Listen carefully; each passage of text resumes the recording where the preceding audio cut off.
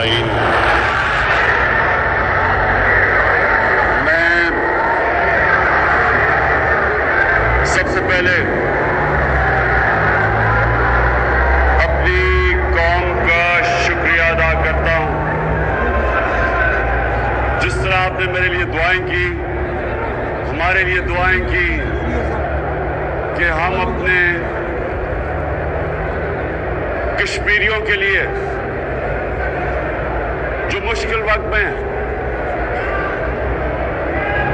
हम उनका case United Nations में भरपूर तरीके से रखें। तो मैं कौम का शुक्रिया अदा करता हूं और मैं खास तौर पे बुशरा बेगम का शुक्रिया अदा करता हूं क्योंकि उन्होंने बड़ी दुआएं की मेरे लिए और उनका मैं दिल से आज शुक्रिया अदा करता हूं।